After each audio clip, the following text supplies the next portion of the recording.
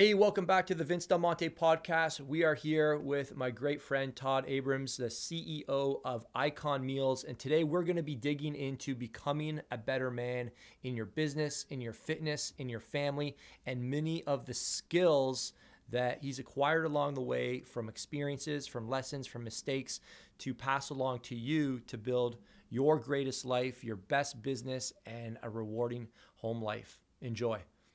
So Todd, why don't we just dig in, and I'd love to hear maybe a bit about your upbringing in terms of your fitness, in terms of business, and then I'd love to hear how your company today is thriving and how you look like a badass, almost 50, you would never guess, and how you maintain such incredible shape to inspire everybody listening. Wow, I haven't processed that yet. Almost 50, wow, right?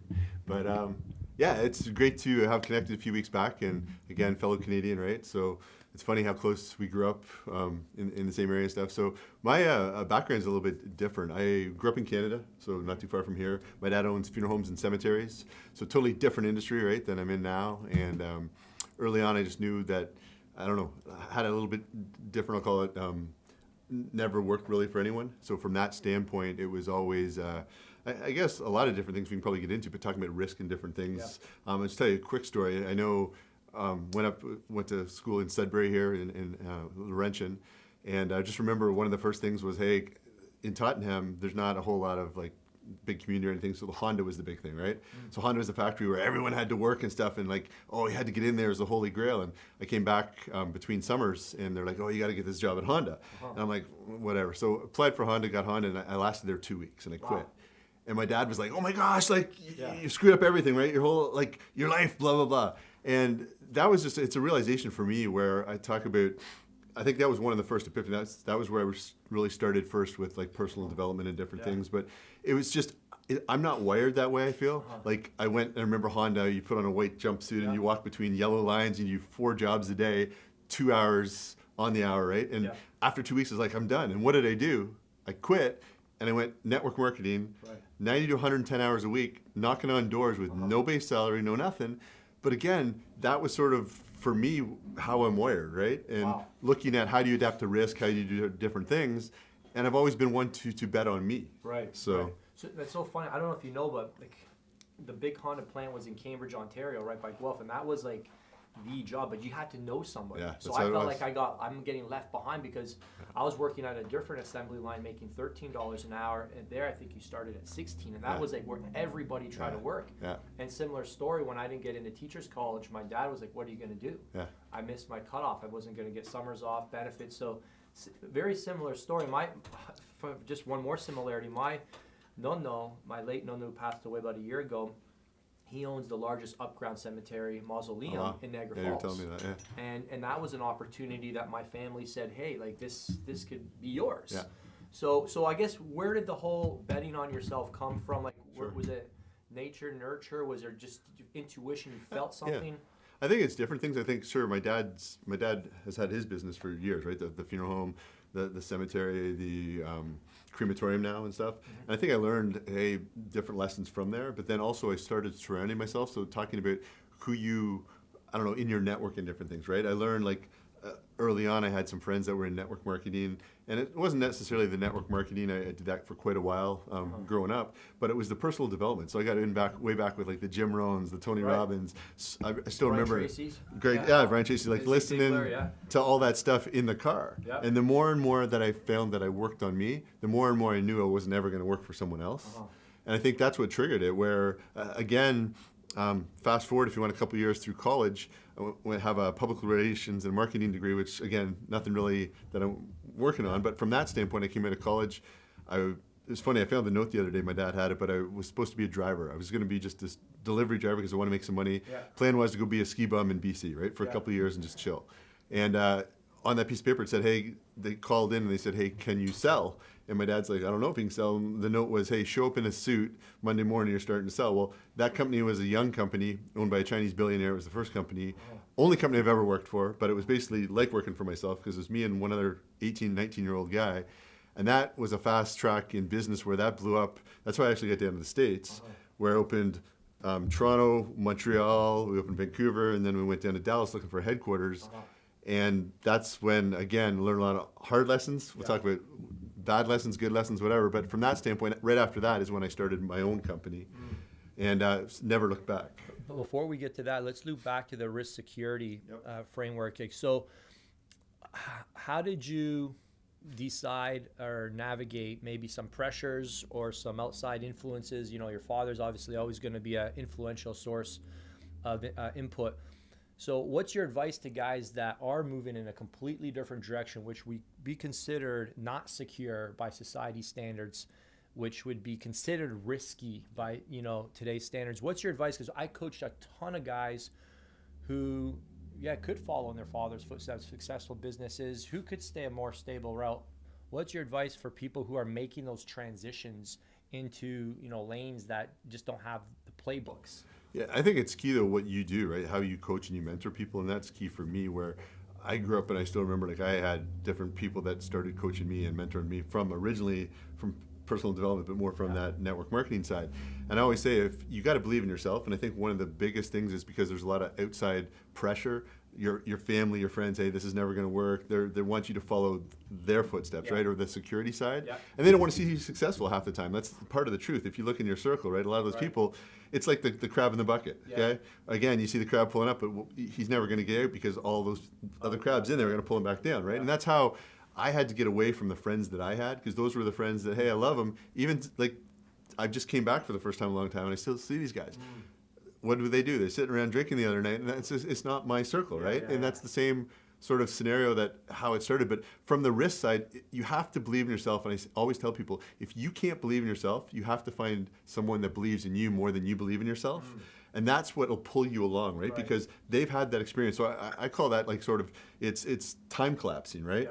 And that's really looking at, so again, how can they put you on the path where you need to be? And that's the part of encouragement and different things. Who did you have? Did you have a specific, like a hired mentor, or like maybe like a father figure kind of mentor, or your dad? Like who mentored you? So in the early days, I didn't really have a paid mentor or whatever, right? It was people that I'd fallen into in network marketing that, again, I was mesmerized originally by the big dollars they were doing and the sales volume and different things. Correct. 3 different Amway you saw, and another one I can't remember the name. But again, even though I wouldn't say I necessarily failed at it, but it was a good, I call it was education for me, right? Yes. And that was me not making a lot of money, but I'll call it investing in myself, even though I knew at that time I wasn't really investing in myself, right? But then going to some certain conventions and different things that I didn't really have the money for, or the $1,300 of the Brian Tracy tapes and stuff. So you start seeing that you're different. Correct, 100%. And that's what, again, I think it happens to most people. They go one of two ways. It's either they're going to give in to that outside pressure to conform to what I would call normalcy, or they're going to take it like what they feel, that drive inside, and go to the next step. Gotcha. So redefining risk, you know, how would you redefine it for somebody today? Like maybe your son asks you, hey, Dad, what do you think? I'm thinking of going this route. How would you, this is actually a good question. Mine are a lot younger. My little guy's, same age as your little guy, 6. but he's got a little ways before he starts asking me that. But maybe your oldest, like, what kind of advice would you counsel your kids around if they're like, I don't know if I want to go to school, Dad? Would that be a concern for you, or is that like? So I'm of the, you know now, exactly. I'm of the opinion, and it's like, I guess not argumentative in, I won't say my household, but different. I don't believe school is the path that I would put my kids on, or anyone, unless it is something that they need. Like I'm talking lawyer, doctor, different things that have a specific skill set and area of expertise, right? If you're just going to school for going to school, I say don't go to school, right? And I won't get into my son's metrics, but I told you, like, he did something where I was going to have him intern. He got into sales, he got into marketing, he got into online things, and he made more money than most people right now make in 3 months, right? He's going to school because he's playing hockey right now. That's great. But again, I think from that standpoint, you have to look at, and how I define risk. It's not risk if I'm betting on myself. And I think what we have to get dads and other men in society today is really to have the confidence ingrained in themselves that they are that leader, right? That they are way more than they truly believe they are, and what society's held them down, to bring them to that point of, I don't look at risk as, because if I'm not a gambler, but if I was, I'm betting on myself. Right.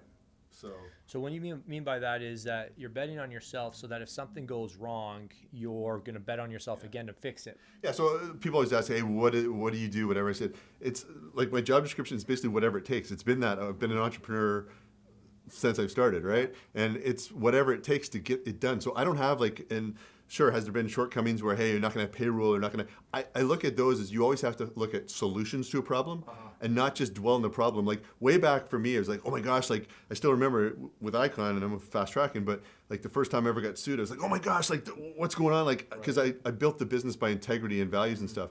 And my lawyer's like, look, relax. You have to understand you're in a business, and as you grow this industry, more and more people are going to want to sue you and to come after you in different things. But again, so I've had to change how I look at situations. I sit back, right? I don't react. It's almost like you're a hockey parent or you're a parent playing sports. You always have to sign this waiver. It says you can't react for the first 24 hours, okay? So if something happens, it's a bad call or something, they don't want you going after the ref or going after the coach, right? So it's me, how does this impact me in 5 minutes, in 5 days, in a week, right? Is it gonna really matter in a year and 5 years down the road? And then I have to look at the solution to that and find that solution to that problem. So let's talk about this emotions piece, because I mean, entrepreneurship, it's a roller coaster, right? I always say, if you don't like roller coasters, this is not the sport for you. So how do you manage some of these emotions, whether it might be fear or scarcity, or, you know, you want to hit the panic button. You know, you talked about suing. If someone wanted to sue me, I'm like, are you freaking kidding me? You know, maybe for somebody watching, somebody wants to drop out of their coaching program, or somebody wants a refund, or, you know, they're losing a ton of money on their ads. How do you start building this resilience muscle to manage the emotions that are constantly being thrown at you? I think it's twofold. One, it's all people are different, right? So different people are going to react different ways if they never were in business in their life, right? It's just what how you're wired from day one. Two is then how you've built that muscle. It's just like working it in the gym, right? Or it's like working on, I don't know if you're a stock trader, skills and stuff, right? And that goes back to personal development. So what are you taking in to your mind? Because I say, we'll talk about like the physical dimension, but your mind is the most important thing. It's your attitude, right? So everything can happen to us, but it's how we react to that situation. And like early on, I'd react right away, but it's almost like I have to take a breath, I have to sit back, I have to assess the situation. And then I can react. But again, it doesn't happen that way. But again, it's as you build that personal development muscle and your emotional muscle, because it is a muscle, right? How you react, then that will come. So again, consistency of building, and I'll call it taking in different information, what you read. It's also like, again, a big part of it, I'll say this to dads, a lot of dads say, oh, I don't have the money for a mentor or this. Okay, there's a lot of free content out there, right? YouTube's full of free content. You put a ton out, there's a bunch of other people. You can get access to anything you want, okay? So don't tell me like you can't get the content or you can't afford whatever. There's anything and everything that you can, and then when you do have that money, right, that mentor is gonna be key to help you in those situations. So let's dig into some of the skills, you know, soft skills, hard skills that have served you over the years, building different companies, you know, being the helm at Icon Meals. Like what skills do you flex harder than any others, if muscles, if you will?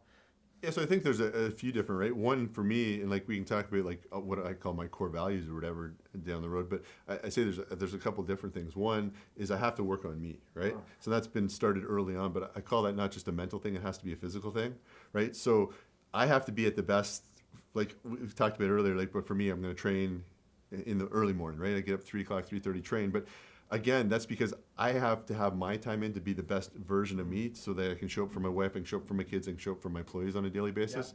I have my personal time also involves scripture, involves journaling for me, right? So my values going back are sort of faith, family, fitness, and finance, okay? And then that's sort of everything that's been molded for, I'll call it how I look at my overall arching piece. So that's really crucial, having your values, right? I define a value as something that you prize highly and you practice daily.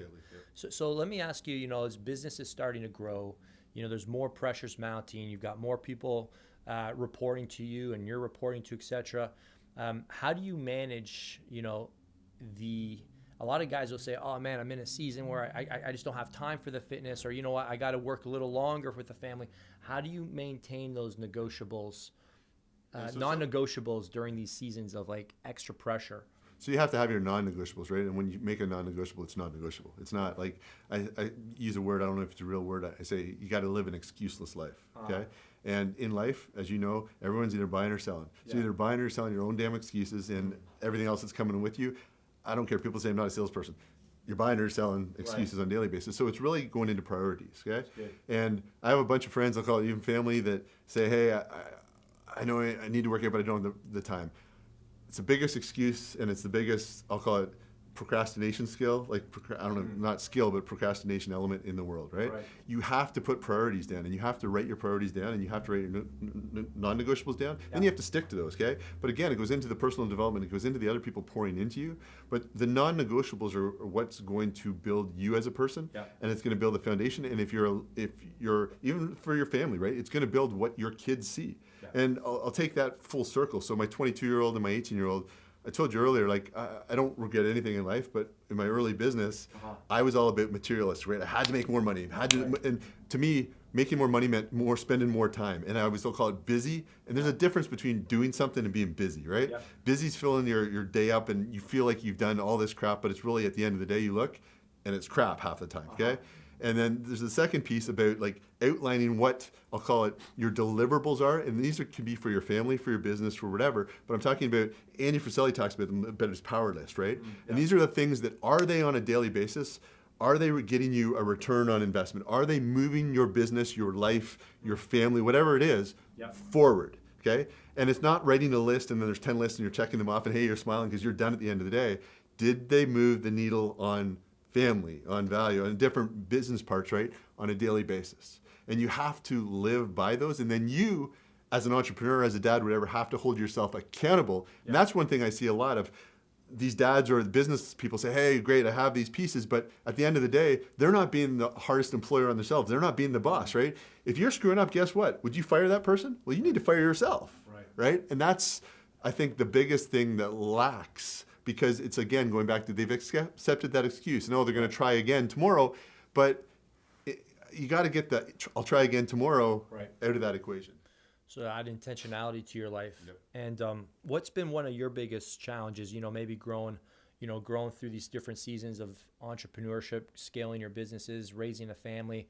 What challenges do you resonate with that you found solutions for? Let's talk about the challenges and then the solutions. Yeah, I think in business, it goes back to I'm not going to micromanage people, right? So I expect people to grow, but I also have to put the pieces in place to enable them to be able to grow into those positions. And that's, I'll call it come full circle because like, I always want to believe that someone's going to do best, right? But I've had to learn to sort of hire slow and fire fast, okay? And that's one thing because once you have a person, and this doesn't necessarily, can't say, hey, I'm going to fire my kids or whatever, but in business, right? As you grow a business, that can be the biggest impetus to growing a business properly, right? Because once you have something that's going to fester, I don't need drama. I have one thing, like my life's drama free. Early on, like there's so many people I see that want to have drama, they talk about their different problems, and then it's almost becomes like, hey, my problems are worse than your problems. You got to get that out of like your life, right? You got to get that out of your family, you got to get that out of business.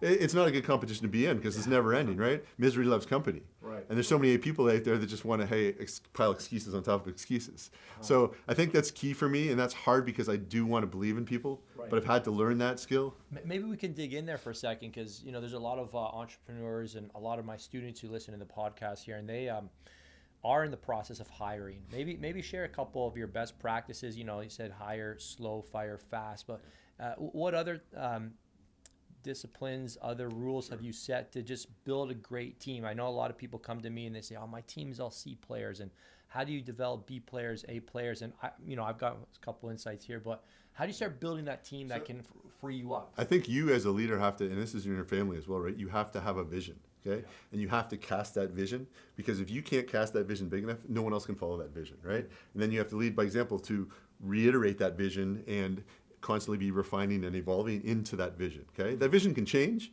but you have to be constantly pushing them to have that piece out, right?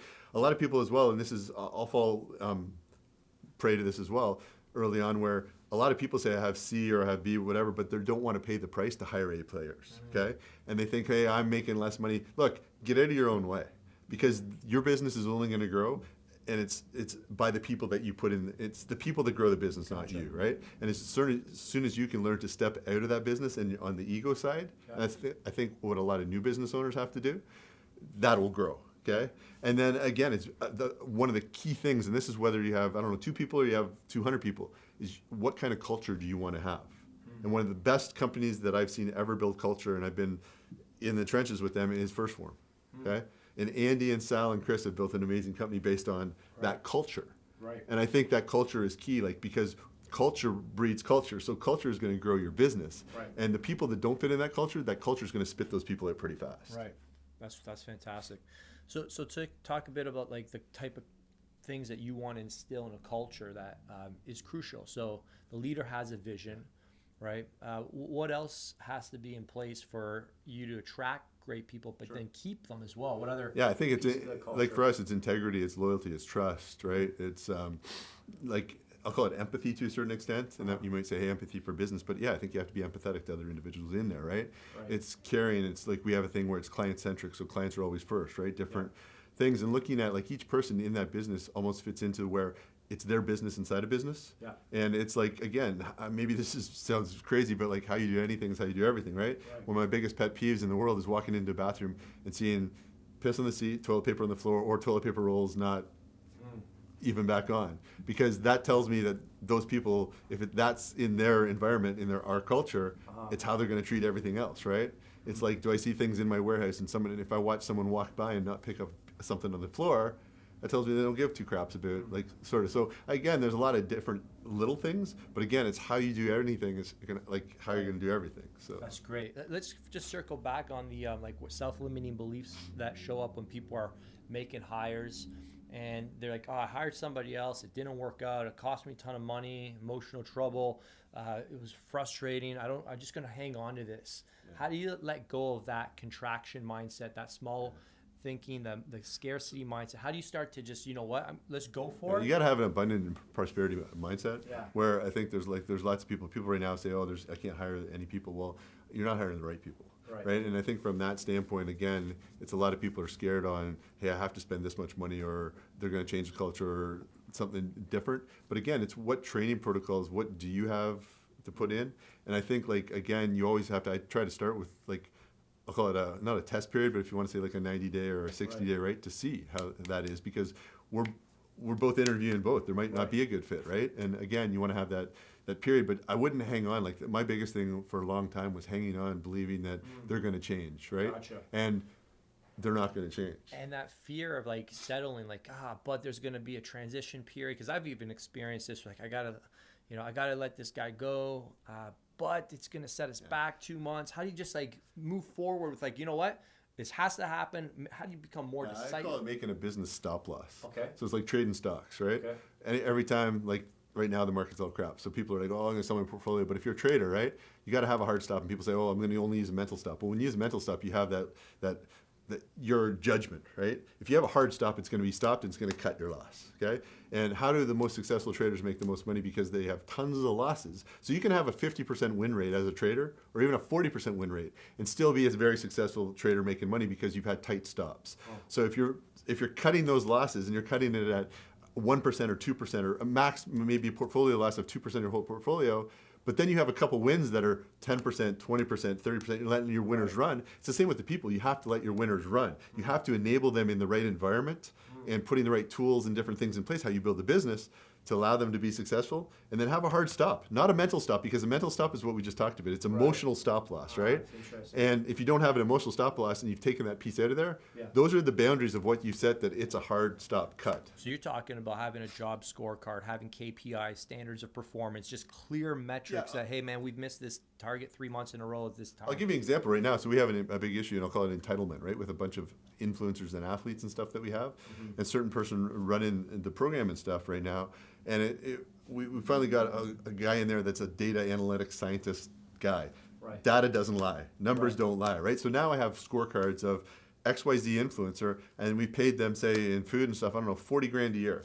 Yeah. And they come back and he's like, oh, what are you doing? Like, cut my spend and my dollars and how much commission I make. Here's your scorecard. You tell me, okay, if you own this business, are you a good decision for us, right? Would you keep yourself? And they're like, holy crap, in 3 years I've sold $13,000, but you paid me $38,000 in food a year. Is it a good decision? And then you have data, right? And that's the same thing that you have to have. It has to be non-emotional. Yeah, that's great. Where maybe share a lesson. Like, that's one of the hardest things for entrepreneurs in my space who are doing coaching businesses, service-based business to scale. You need data, right? You can't spend money on ads if you don't know lifetime value, if you don't know your numbers. So you get caught up in drama. Oh, that didn't work, but you might have actually been positive ROI a month 2, month 3, but you stopped running the ads too soon, so you never actually got to that. So maybe share where you've had to like dig in and get data to maybe take your business to the next level where it became super valuable. I think the first thing is like a lot of things, it's your specialty and stuff is more like Facebook ads and different things, right? Where a lot of people come to us in the food industry before and they're like, hey, ROAS. And I'm like, you can take your ROAS and shove it up your rear end because I don't care how many hundreds of %,000 it is. It's, did it get me an ROI? Right. Because we run the business on cash. So again, there's not necessarily the same margin. So it's not just necessarily spend. It has to make sense, right? But if you don't have the data and the concrete evidence, then our ROAS looks good and they can smile all day and tell you got X. But at the end of the day, I'm like, shit, why did I lose this money? It's because I'm not getting an ROI because the metrics don't necessarily work, right? You can play a game for so long on LTV, but you can also trick yourself a lot of the time. So data for me is like, I start to get like intimidated. It's something that I just never consider my strength. What parts in the business have you had to like, man, I got to freaking learn this. It's like, we're like, this is out of my comfort zone, but I need to learn this in order for us to, you know. So for me, I, again, stayed out of the kitchen a lot of the time, right? Like because I've had a partner that runs that, run all the other aspects of the business. But again, you've got a few major parts without getting into dynamics, right? But like food costs, labor, packaging, shipping, those are your 4 main cogs, right? And again, changing a number that running a kitchen a certain way and not necessarily like a huge food production plant is a big, huge difference. So I'm talking me finally getting back in there and digging in a cost savings of like 10 to 18%. That's hundreds of thousands of dollars a month, okay?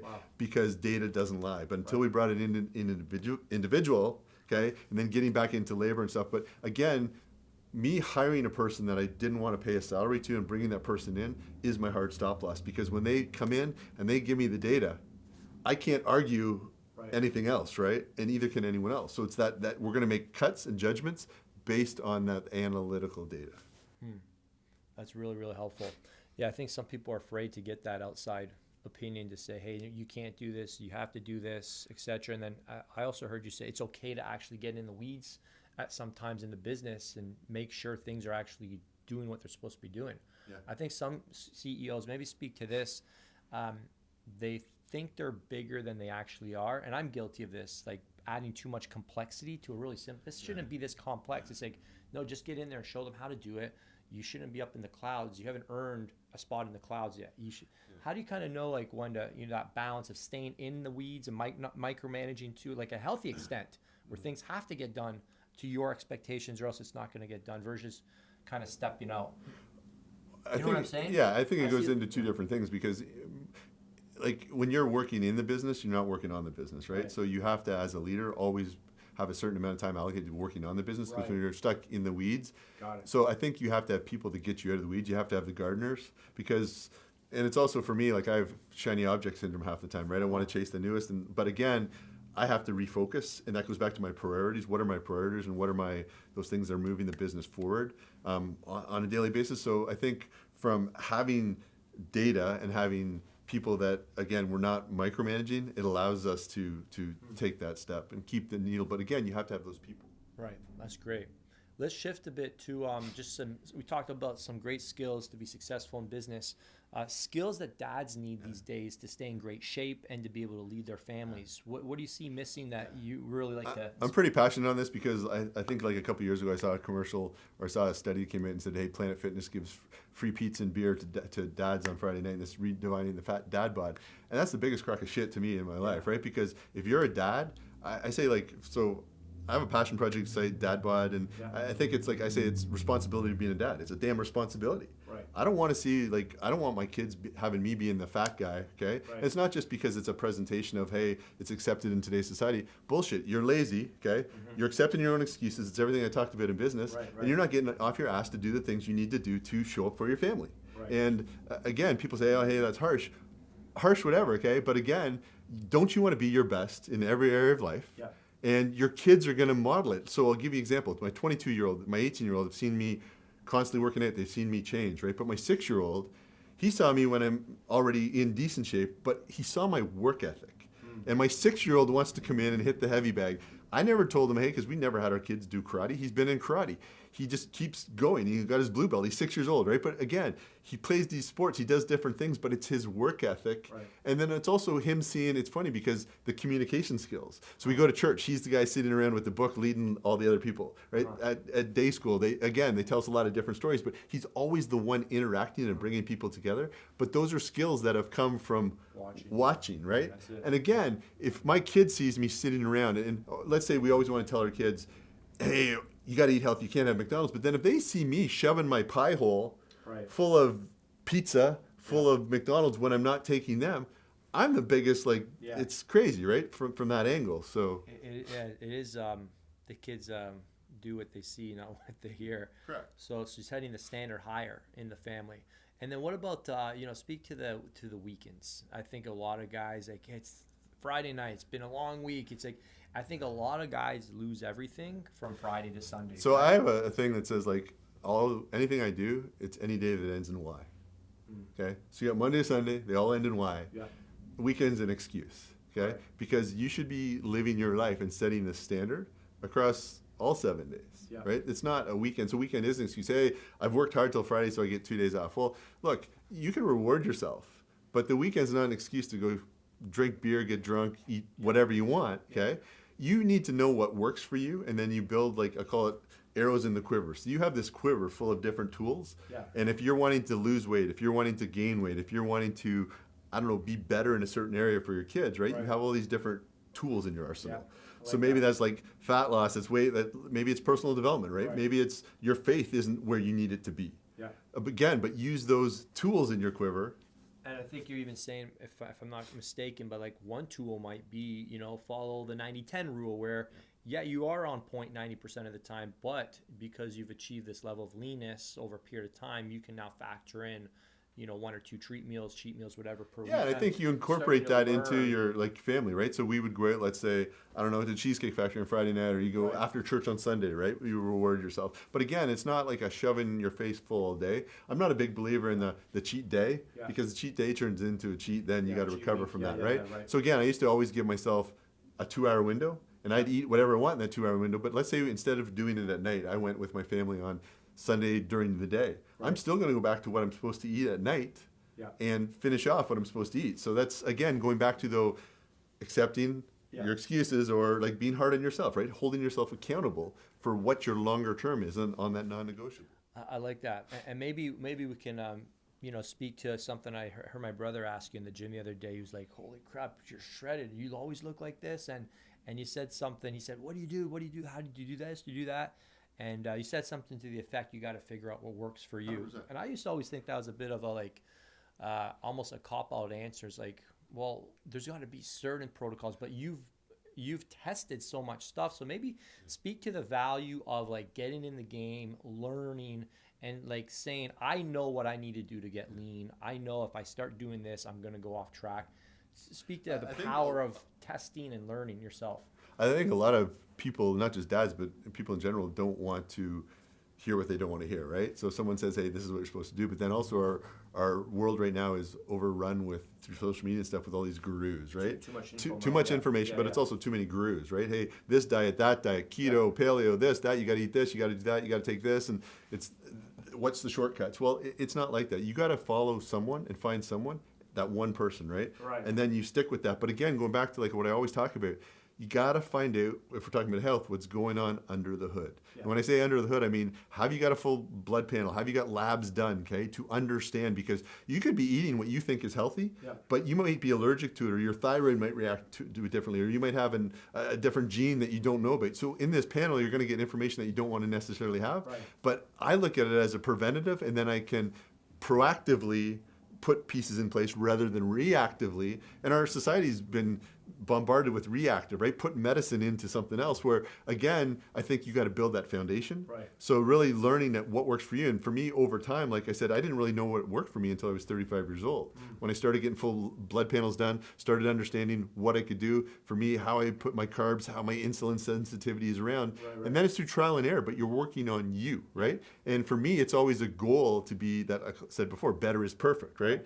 Working on, okay, wow, I can change this. I know for me, I need to eat a certain amount of protein to lean out, right? And I pull my carbs back. They go around my my workout, or they go to backload before I go to bed because I train so early at 3 o'clock. But again, someone that might not work for them, right? Again, looking at different pieces because you're all uniquely wired differently, and it's not one diet fits all or one training program fits all. So you have to engage in the training process. You have to actually listen to what your body's saying. You can't just be having a one-way conversation with a guru, expert, textbook, etc. There has to be what's actually happening, and I just think that's something that actually, it sounds obvious, but I don't think it's obvious because I'll give you an example. So I'm not going to mention who, but this was yesterday, and someone said, "Hey, it's one of these programs out there, right? It's a 1,200 calorie program." And I started looking at it. I'm like, okay, well, why haven't you the first couple of weeks you lost weight, but then why haven't you lost weight? And I said, just write down what you've eaten all day. So they write down. I'm like, holy crap! Well, this snack is not on, okay? This thing where they say, hey, it's an additional protein. Well, what did that protein involve? How many calories, right, is in there, okay? They show me this bar that they're supposed to eat, but then the bar has 30 grams of fat when their total daily allotment under this 1,200 calories is 55. So there's different pieces, right, that don't necessarily fit, but they don't look at it as any different because someone told them that this is a 1,200 calorie plan. But then I guarantee there's 400, 500 more calories through these different snack pieces and choices that, but again, they're using that as it's okay because I was told that this is the program that I should follow. Gotcha. Yeah, that's good. Yeah, you're going back to data, right? Maybe trust, but verify. Maybe get a MyFitnessPal app and put it in there and actually look at what you're consuming. Whoa, and you're probably overeating if you're not losing weight. So, I'd say one of the key things for men, and this specifically goes to men, I find that most of the men that I talk to overestimate the amount of protein they're taking in because they're not taking enough protein. So someone's like, oh, hey, I'm taking in 225 grams of protein today. So when we get back to it, they're taking 112 grams. I'm like, you're never going to get lean. But they're like, what's the best muscle gainer? I'm like, look, let's go back and look at your foundation of what you're taking in first. So the simple stuff, the non-sexy stuff. That's really good. And the last thing I wanted to chat with you about was, you're a people person. And I know you mentioned that's been a huge part of your success, relationships, providing value, over-delivering. And, speaking to the entrepreneurs out there, what does that practically look like? I know you've shared so many incredible individuals with me and introduced me to people. Now we're moving to Tennessee. You've been helping me start building my network there. Hey, you're going to meet this guy. I'm going to connect you with this guy. And I'm like, holy crap, Todd, thank you so much. You really go out of your way to connect with people and provide value in that way. Did that come from someone showing you, or talked a bit about this is something people talk about, but people just don't get it until they actually start doing it? I think one of the key things is stepping outside your comfort zone. So for me, I wasn't the person, I wasn't real step into my comfort zone, talking to people, talking on stage, doing different things, right, making introductions. So it's, again, you have to push yourself outside the comfort zone. That goes back to, I'll call it early on in network marketing, going up and introducing yourself, things like that. But it's also, for me, I've done for years now, I call it a challenge, a yearly. It's not one of my resolution or anything, but it's a challenge where I need to, in my life and what has been written down, introduce myself, get into 3 new people that are higher, I'll call it circles and things for me, on a monthly basis, and I try to do that weekly. 3, okay? On a monthly basis. Yeah, and I try to do that more than weekly. But then it's also seeing I'll call it who I call the go to the connectors, is Dan Fleischman, right? Just seeing the amount of value and amount of connection in different things that he makes. And I believe truly, when people say, hey, your network is your net worth, I truly believe it is. But you got to go back and just provide so much value, never expecting anything back. And again, I think as you grow in, hey, what can I provide you? That's all that, in most of my emails, it's hey, if there's anything else additionally I can do in the meantime for you, let me know. I want to be able to provide. I want to be able to connect. And I think that you have to make an intentional, as you talked about, decision, okay? And I think that's with a lot of dads as well. A lot of dads, if you made an intentional decision to connect with other, I'll call it dads and people, even in that school or in that sports team or whatever, right? And take in different things and don't just be so closed off, because your way is not always the right way. And I think it's looking at, I always love people watching. I want to know, hey, what they want to do. But again, it becomes a lot easier conversational piece. And again, intentionality. So if we go to a dinner party, we go somewhere here, introduce yourself, right? And I think that is, it's key to become a good connector. It's a skill, but it's also, again, going back to what I talked about, tool in the belt, right? I like it. Of having that to leverage and to grow in that area. That's great. I was, maybe just to wrap up on more of a personal note, I was checking out your Instagram recently, and you really honor your wife. You really elevate your wife and your relationship, and it's really, really admiring. And I know you've been married much longer than I have, so I see a lot of guys, you probably know a lot of guys that I'm thinking about right now who've made it, if you will, in business. They've sold massive companies, and it looks like they've got the picture perfect life, but we know what's going on behind the scenes. Maybe you just obviously maybe from a humble standpoint, experiential standpoint, I'm always cautious to give like any form of like marriage or parenting advice, right? Because you put yourself out there, like what if something happens to your marriage? But also it's a great form of accountability by sharing what maybe speaking to some younger guys listening who've got young families, just some things that have served you, some wisdom that you've learned over the years to make sure the main thing stays the main thing. Yeah, I think for me, it's at the end of the day, money and all that stuff, you can't take it with you, right? So you can build it, but I told you earlier on, it was about materialistic pieces and this and that, and hey, you got to buy your wife and or girlfriend, whatever it is. It's not about that. It's about creating experiences and creating memories. And whoever your significant other is, like, so for my wife, we've been married 24 years, been together 26, 27 years. And it's, again, putting that, I'll call it my queen, on a pedestal, because she is like the rock. She is what is the central nucleus of what keeps us together. But it's also being best friends, and it's about communication. I think so many guys, as they're building their business, they use this excuse as they hold everything inside, but you have to communicate, right? You have to learn it's a sounding board and it's two ways. And you have to also look at like being able to serve other people. So it's that servant mentality, like how can I serve you? How can I show up better? And I think a lot of guys especially, I'm so busy, I have too many things going on, and they don't show up in the best light. And then it comes out as a frustration, and it's put upon your significant other. And I think that's key. It's also, you have to learn, like it took me a long time to learn though, to take those, I'll call it vacations or times away. Even if you don't have the time, you make a staycation, right? You make your queen feel important, you make your significant other feel important. And it's not just like, hey, it's not gifts. It's about those experiences and memories that you need to create and that overall environment, because that's what she or he's going to remember. It's not the money at the end of the day, and it's not all this crap. I remember your ski trip this past winter. You guys were in Colorado. That looked epic. Yeah. And I was messaging you. You got to tell me where that location was, because that's what it's all about. I'm like, oh man. So, okay, so he's got this successful business and a great family, but like, is he experiencing life? And I think that's something that we can easily miss. Like, holy geez, I haven't had a vacation in 2 years. Yeah, I think go by so fast. I think one of the biggest things as well, and I won't just touch on this, but it goes back to my faith as well, right? If I didn't have my faith and I didn't have sort of that element in my life, I don't think I'd be as stable in other areas. And that's really what has helped balance me. And we share that, myself and my wife. Like, my wife's very big into mission trips and, again, that servant leadership mentality. And again, that's been a common bond for us where, again, I'll call it biblical passages, scripture, different pieces of building our faith together that has bonded us in other areas. That's amazing. And that's another similarity we have. We have the same maker. We give credit to the same maker for everything that we have. So, Todd, thanks so much for this incredible time together, this great interview, all these insights and wisdom. Where can people learn about Icon Meals or whatever adventures you're up to these days? Yeah, so Icon Meals is iconmeals.com, or on any social media platform at Icon Meals. If you guys like food, you like, I'll call it food porn, different things, you go there. We give a lot of free stuff away. And then for me personally, it's at Todd Abrams, so on any social media platform.